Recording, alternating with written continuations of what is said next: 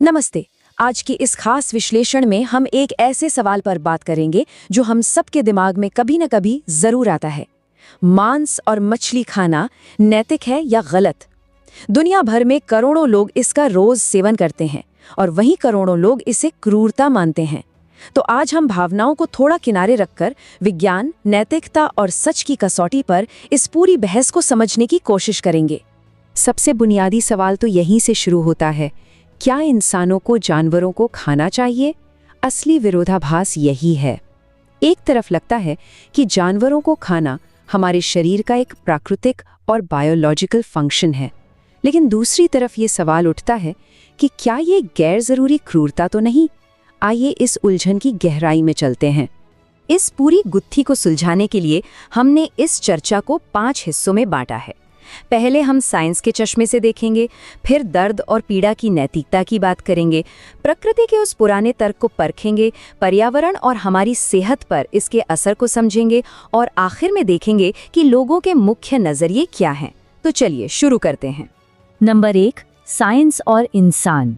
किसी भी एथिकल बहस में पढ़ने से पहले जरा ये तो देख लें कि हमारा शरीर आखिर किस चीज को पचाने के लिए बना है। देखिए, साइंस कहता है कि हम इंसान सर्वाहारी हैं, यानी ओमनिवोर। सीधी सी बात है, हमारा शरीर प्राकृतिक रूप से पौधों और जानवरों दोनों को पचाने के लिए एकदम परफेक्ट मशीन है।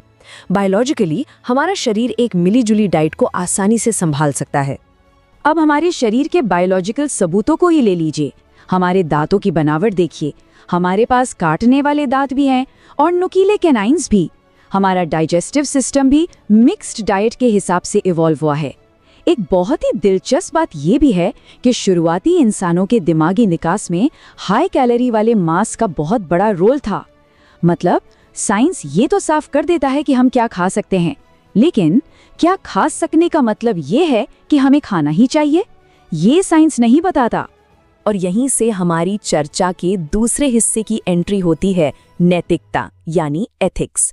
विज्ञान की बातों से आगे बढ़कर अब जरा उन नैतिक उलझनों को समझते हैं जो आज के फार्मिंग और जानवरों के दर्द महसूस करने की क्षमता से जुड़ी हैं। मॉडर्न न्यूरोसाइंस ने कड़वी सच्चाई को बिल्कुल साफ कर दिया है। स्तनधारी जीव हों, पक्षी हों या मछलियां, ये सभी दर्द महसूस करते हैं और स्ट्रेस फील करते हैं।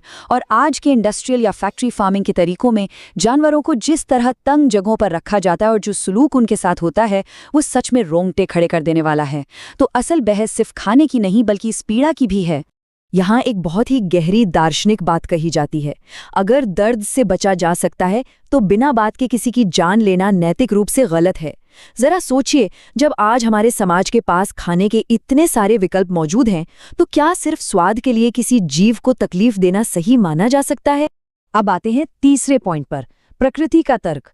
अक्सर लोग कहते हैं, अरे जंगल में भी तो जानवर एक दूसरे को खाते हैं, शेर भी तो शिकार करता है, तो मांस खाना जीवन का एक आम चक्र है। आइए इस तर्क को थोड़ा टटोलते हैं। इस नेचुरल लॉजिक में एक बहुत बड़ा झोल है। एक शेर शिकार इसलिए करता है क्योंकि उसे जिंदा रहना है, उसके पास सर्वाइवल के अलावा कोई और चारा नहीं है। लेकिन दूसरी तरफ है हम मॉडर्न इंसान, हमारे पास खाने के हजारों ऑप्शन हैं। हम अक्सर सर्वाइवल के लिए नहीं बल्कि सिर्फ अपने स्वाद के लिए खाते हैं।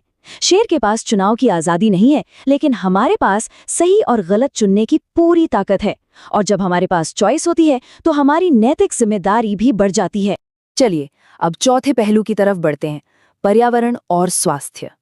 ये मामला अब सिर्फ एक जानवर की नैतिकता तक सीमित नहीं है, ये हमारे पूरे प्लैनेट और हमारी खुद की सेहत से भी जुड़ा हुआ है। सच कहूं तो लाइफस्टॉक इंडस्ट्री यानी पशुपालन हमारे पर्यावरण पर बहुत भारी पड़ रहा है। इससे निकलने वाली ग्रीन हाउस गैसें बहुत ज्यादा हैं।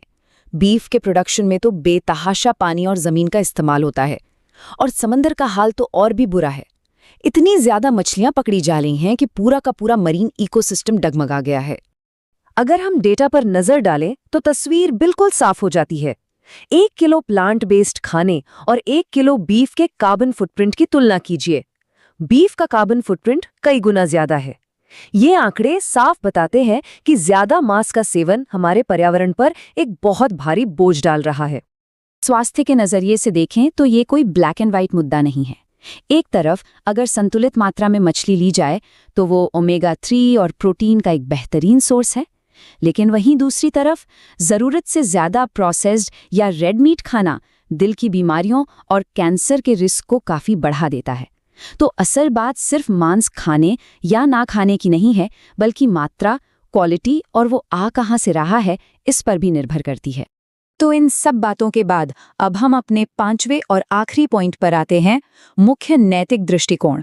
विज्ञान, पर्यावरण और सेहत के इन सारे फैक्ट्स को लोग अपनी जिंदगी में कैसे लागू करते हैं?